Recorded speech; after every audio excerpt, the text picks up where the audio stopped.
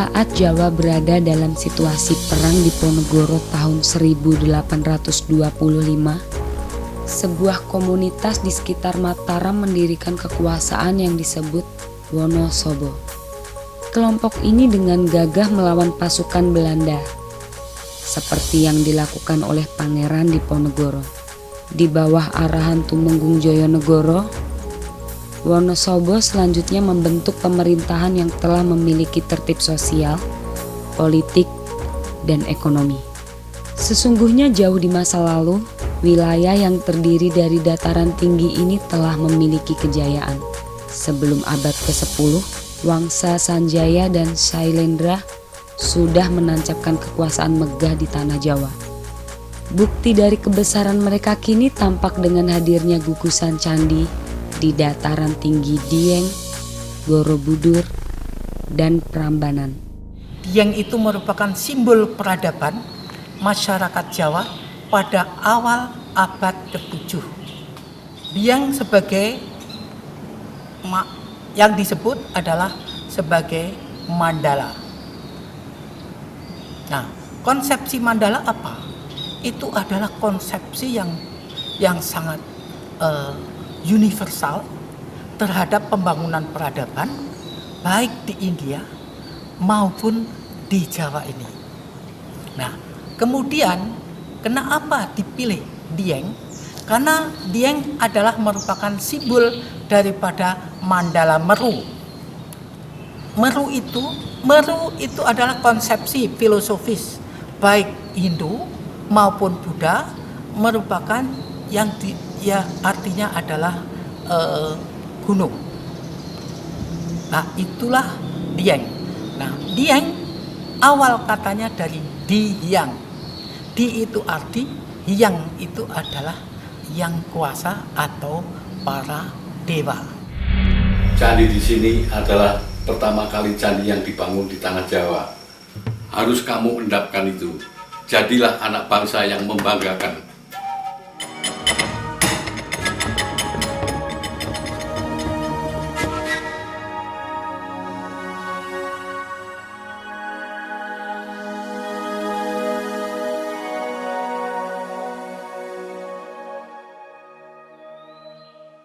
Orang-orang lebih suka memanggilku Di, kepanjangan Sri Kandi, Dara Sri Kandi. Nama yang sangat jarang dipakai di zaman ini. Seakan dari masa lalu, dari dunia epik pewayangan yang tak lagi akrab untuk generasiku di kota. Namun sebetulnya ibu dan bapakku berikan nama itu karena mereka terpaku pada keindahan sebuah candi.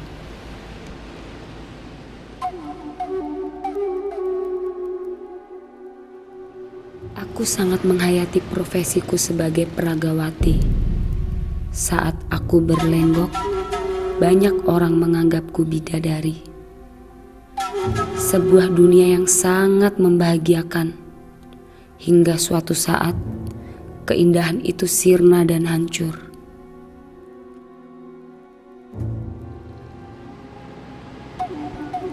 Lututku tiba-tiba kaku dan jalanku tak lagi sempurna. Dokter menyatakan ada kelainan dalam tubuhku. Suatu saat mungkin aku bisa lumpuh. Kakiku kini tak lagi kukuh, menahan tubuhku terlalu lama di panggung. Tak terbayangkan kini aku tak lebih bagus dari manekin. Aku tak ingin larut dalam kesedihan. Sekian waktu ku renungkan, akhirnya ku pilih untuk kembali ke kota ini, tempat di mana ibu dan bapakku temukan namaku.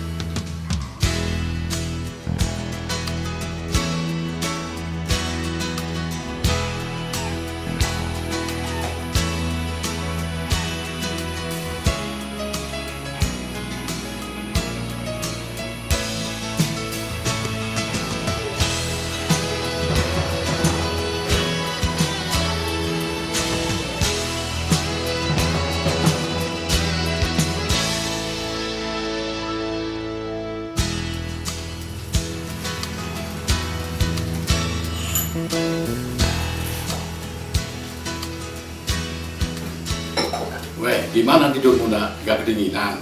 Enggak kok Pak D, nyaman. Ayo sini, biasa teh apa kopi? Dara biar bikin sendiri aja. Dara lebih suka teh. Sudah, kali ini biar Mbak saja yang buatkan. Kamu duduk saja. Makasih ya Mbak. Iya.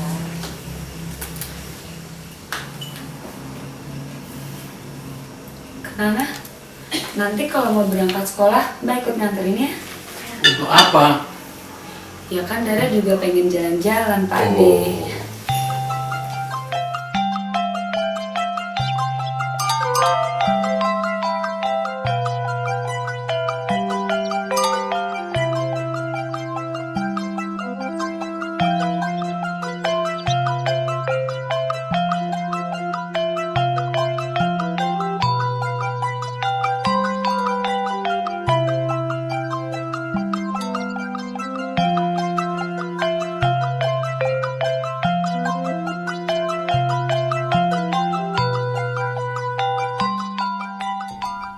Inikah sebagian dari nirwana, alam para dewa?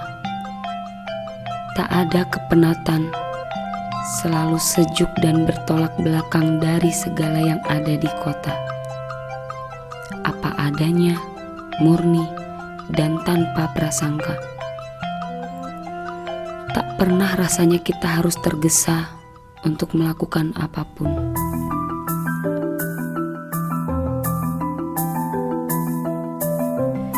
Bisa dibayangkan bagaimana mereka, para pemuka dari sekitar Himalaya, datang ke tempat ini. Usai menyandarkan kapal di pelabuhan utara Laut Jawa, mereka menyusuri bukit hingga sampai di sini. Alangkah takjubnya saat mereka tiba di sebuah perbukitan hijau. Adakah Brahma menciptakan tempat ini untuk bersemayam para dewa? Mungkin karena indah dan tenangnya pulau, mereka para pendatang meyakini tanah ini layak untuk didiami. Bergulirlah kemudian dalam narasi mereka kisah tentang Dewa Siwa bersemedi.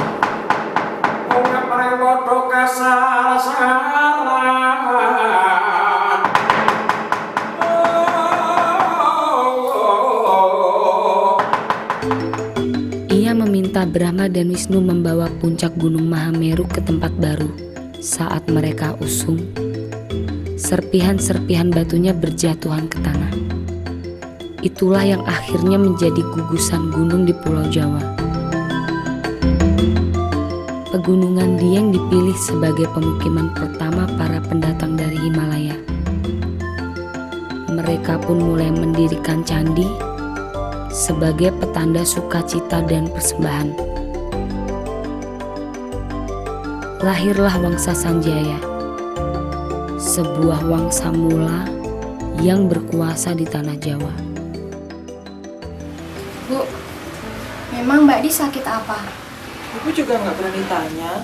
Katanya sih ia bisa lumpuh. Namanya kan Sri Kandi, Bu. Mosok bisa lumpuh? Memang Sri Kandi kuat. Sri Kandi kan begitu. Kan dipakai juga untuk nama candi, Bu. Emangnya Kenanga tahu siapa Sri Kandi yang sebenarnya? Mbak Di. Ayo duduk sini. Aku kagum deh sama Mbak Rani, selalu bisa tampil cantik dengan kain dan kebaya. Kamu juga Kenanga? Cantik kan juga Sri Kandi, pintar memanah, dan akhirnya meluluhkan hati Arjuna. Kok Kenanga serba tahu sih?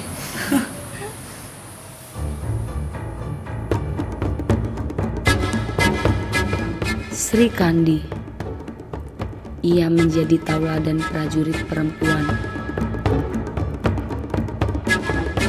Dia berdampingan dengan Arjuna dalam pertempuran Baratayuda. Keperkasaannya menggetarkan hati Resi Bisma.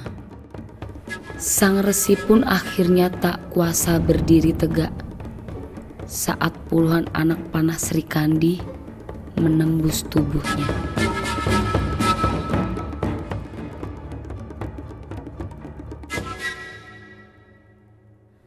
Namaku Sri Kandi, tak layak rasanya untuk pasrah dan menyerah. Di tempat yang indah ini, aku seakan terlahir kembali.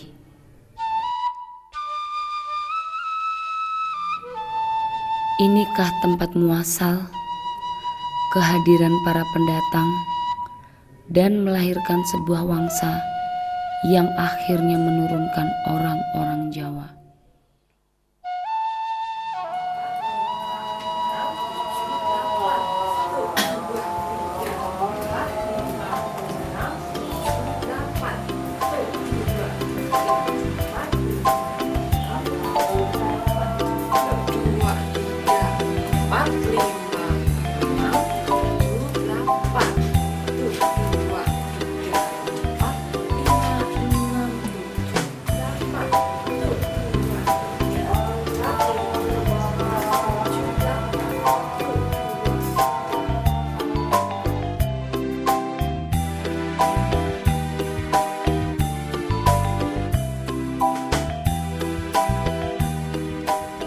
Mau kemana, Bule? Ini mau nganter Sri Kandi. Oh, mau Juna anterin sekalian? Dia sudah bosan naik mobil, apalagi mobil kamu. Ya udah kalau gitu, Bule. Juna duluan ya. Oh, iya. Bule, nah. Itu Arjuna desa kita.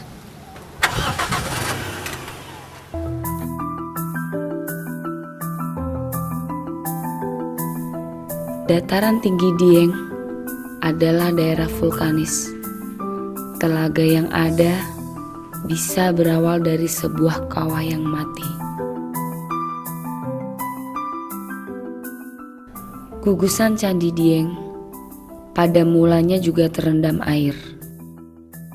Kemudian pada 1856 dilakukan pengeringan dan pengerukan di sekitar areal komplek candi. Catatan tentang air membawaku ke Tuk Bima, mengalir dan memberikan kesejukan pada kita. Basuhlah muka dan rasakan lembutnya. Air adalah media untuk bersuci. Dalam kitab Manasara, setiap bangunan suci seperti candi selalu didirikan tak jauh dari mata air. Tempat semacam ini sangat disukai para dewa. Mereka bercengkrama dalam kesejukan dan suara gemericik. Di sini masyarakat menggambarkan Bima bersuci dengan membuka kain yang menutupi tubuhnya. Lukar menanggalkan semua pakaiannya, dan disinilah ia basuh wajah dan tubuhnya sebelum menjelajahi gunung dan lautan untuk mencari air Perwitasari.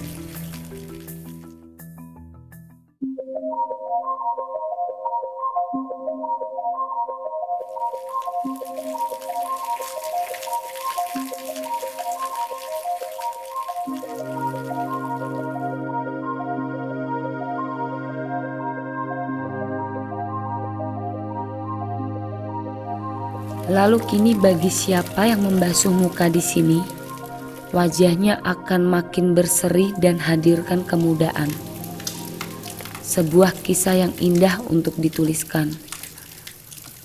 Aku setiap waktu mengunjungi tempat ini, bukan karena ingin selalu cantik dan muda, tapi kuresapi kesejukannya dan kurasakan aliran kehidupan.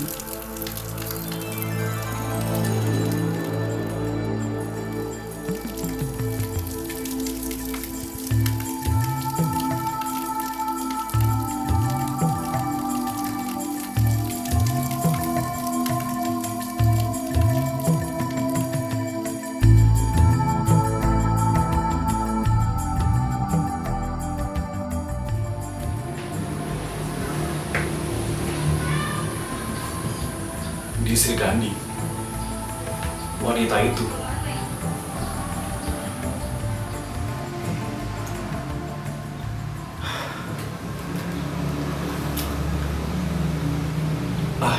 dia sedang berada di Tok Bima. Aku tahu tempatnya.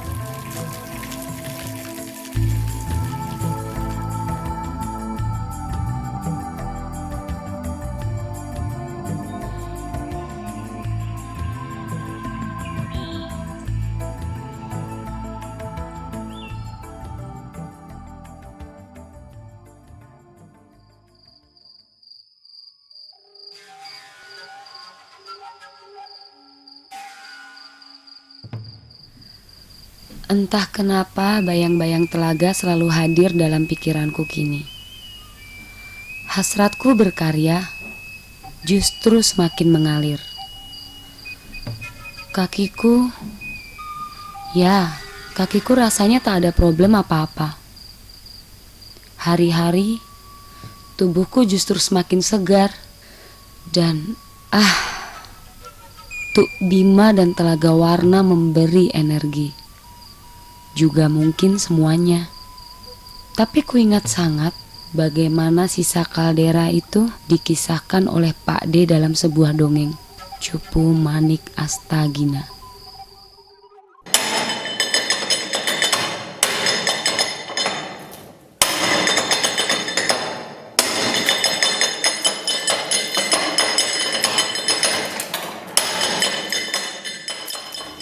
Semuanya bermula dari hasrat dan cinta yang tak terbendung dan keindahan dunia yang tiada tara.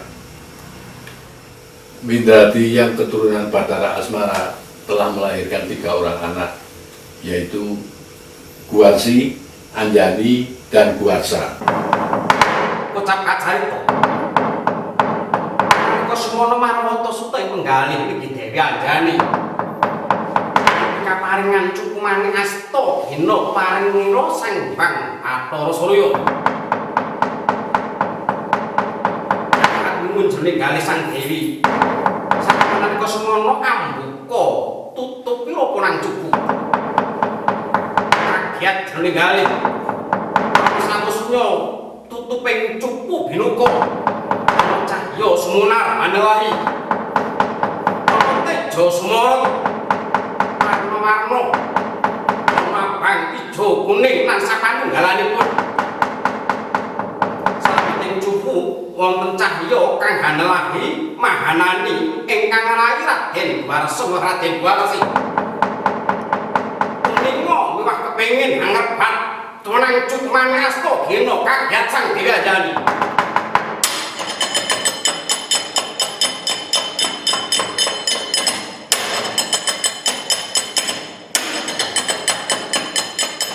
Kamu tahu di mana Telaga Sumala berada?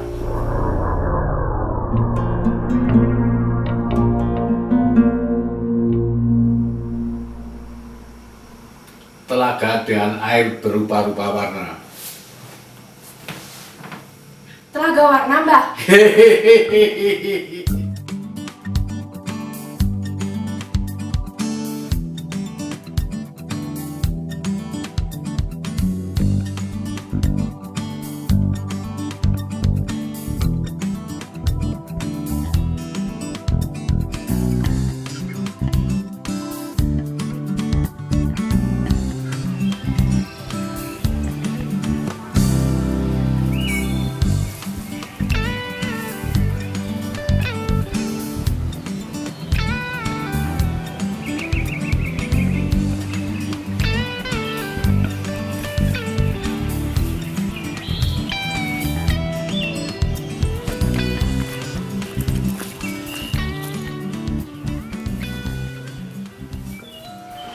Aku udah nyari kamu kemana-mana, dan ternyata kamu ada di tempat ini. Ada apa? Aku udah lihat blog kamu, dan aku rasa kamu harus datang ke tempat ini. Akan kutunjukkan jalannya. Nanti kamu akan melihat sebuah karunia dewata untuk tempat ini. Apa itu? Tapi sekarang, kamu coba untuk tutup mata kamu sesaat. Mas nggak main-main kan? Enggak. Nanti kamu akan melihat bagaimana sebenarnya Bathara Surya yang mengganggu Anjani. Hah? Sekarang tutup mata kamu. Oke, aku tutup mata. Sekarang ulurkan tangan kamu.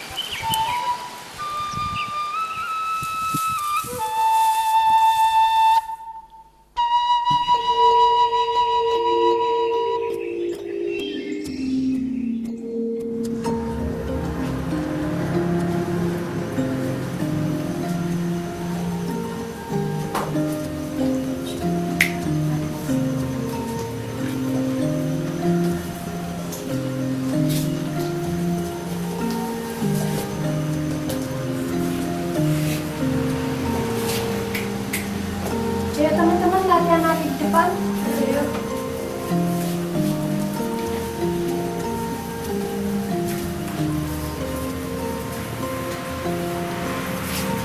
Kamu sangat cantik sekali.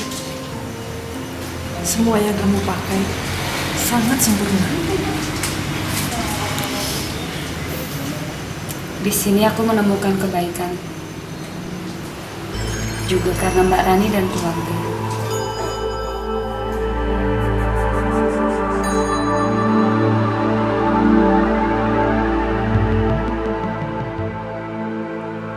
Dewa Surya yang gagah dan indah kujumpai di tempat ini. Si Kunir Dieng.